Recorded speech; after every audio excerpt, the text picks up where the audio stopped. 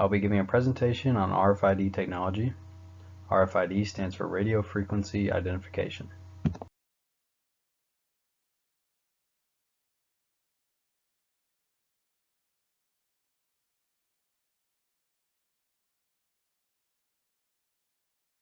Alright, so the goal of this presentation is to explain RFID technology and to analyze how it is changing the business world.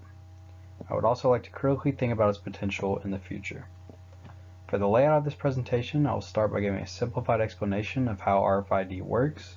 Next, I will go over some of the biggest ways RFID is used.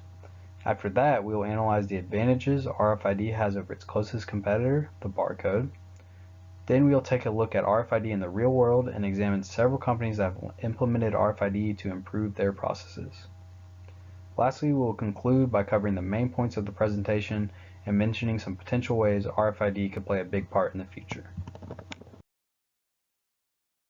So how exactly does RFID technology work? It all starts with the RFID tags, which we can see a picture of in the bottom right. A lot of these tags measure 4 by 4 centimeters, so clearly these are very small objects. However, a lot of digital data can be encoded onto these tags. This can be any kind of information that the user wants, such as product identifying information or assembly instructions.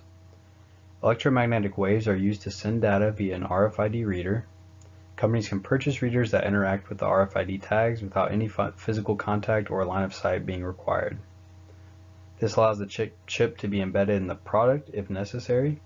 RFID tags can be either passive or active. Active tags are powered by a battery so they can emit their own signals automatically and over very far distances. However, they do cost more. Passive tags are powered by the RFID reader, giving them an essentially unlimited life, but this means that passive tags can only emit a signal when they receive energy from the reader. Database software is linked within an RFID system to automatically track data. Taking a look at the diagram up top, we can see a simplified version of how RFID tags work. An information-filled tag is attached to an item, then a reader communicates with the tag to retrieve the data from it. This data is stored in a database. Lastly, the received data can cause action to be taken automatically, or it can be evaluated by the users. Now, let's take a look at some of the applications of RFID technology. There are tons of uses for RFID, but perhaps the most common is with inventory management for manufacturers. RFID is extremely accurate when compared to other forms of inventory management, so that's why so many companies are catching on and using this technology now. A company is able to tag all of their products and know where each item is located and how many they have at any given time. They can even look at a particular item to see where it is at in the manufacturing process. RFID can also be used to control or restrict access for employees, students, or whoever. A great example is our own case UIDs. Data about privileges such as door access or printer access is actually kept on a chip inside our card, and when we tap our card somewhere or it's scanned, then that pulls up that information and lets us know if we have those privileges or not. Quality control is also a byproduct of RFID. Tags contain data on things such as production time, so manufacturers can notice an abnormality in these timings, and that could be a flag for a defect. Moving on, let's compare RFID versus barcodes. RFID technology has many advantages when compared to its predecessor, the barcode. Starting off, barcodes must be scanned at a very close range, usually about a foot away.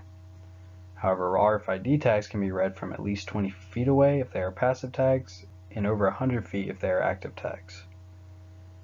Barcodes must have a line of sight between the barcode and the scanner. This can cause problems when a barcode is damaged, like the one in the picture below. Conversely, RFID tags need no line of sight, so they can be then secured inside the product or elsewhere to protect them from damage. Barcodes can identify types of items, but RFID goes beyond this by having the ability to identify each individual item. Next, as mentioned before, obstructions are far more likely for barcodes since they must be placed on the outside of the product. The last two comparisons go hand in hand. Barcodes are more labor intensive because they require more human interaction, which in turn leads to human error. RFID can be set up to be scanned automatically, allowing the data to be updated to a database without human input. This eliminates a lot of the errors caused by human input when inputting data. Take a look at some real-world examples of companies and industries that use RFID technology. Probably the biggest users of RFID is logistics and supply chain, because products can be tracked throughout the manufacturing and delivery process, and all the way to the point of sale if wanted. Big example of this is Walmart. They actually required all of their suppliers back in the early 2000s to go ahead and implement RFID technology if they wanted to continue working with Walmart. Ford is another example. They track their work in process and they keep test data to ensure quality control. Another example of an industry is the food industry, where batches of food can be tagged. If there's ever a recall on those batches, stores can quickly locate them and pull them from the shelves. Pharmaceutical industry is another example. They use this for tracking items and also accuracy when it comes to getting the right item. Next we have the retail industry, which is obviously another big player, and they kind of go hand in hand with the logistics and the supply chain, but they have a lot of future potential. One example of this is Amazon Go. This is a store that's recently opened by Amazon where every item in there is tagged with RFID chips. So you go around and shop, add things to your cart, and you don't have to wait in line. You just walk out the doors.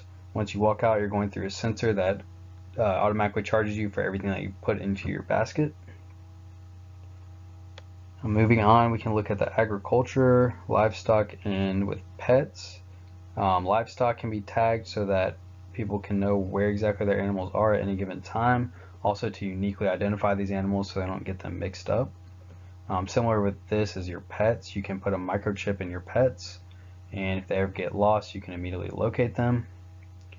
Another good example of an industry that uses RFID is the healthcare industry. This is actually very useful things that can help save lives because of the timing of it. One thing is nurses can be tracked, so they can quickly locate certain nurses that are trained in a particular area. Instead of having to call them or search for them, they can know where they are right away. Infants in the nursery are actually tagged for protection, and even seniors in assisted living homes can be tracked in case they wander off. Time to wrap things up. So, we have learned that RFID has a variety of uses, from tracking our lost pets to granting employees access to certain areas of a company. RFID seems to make our lives easier in many ways. When we compare it to the barcode, RFID wins in every category. It's more accurate, has better range, and better tracking powers. We also learned that some of the biggest companies in the world use RFID to improve their processes. We saw Walmart, Ford, and Amazon all take advantage of this new technology. I believe in the future the potential is limitless.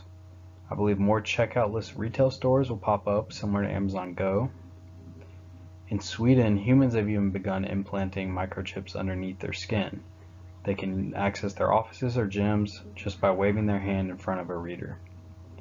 Clearly, the RFID revolution is only just beginning, and there's an infinite number of possibilities for the future.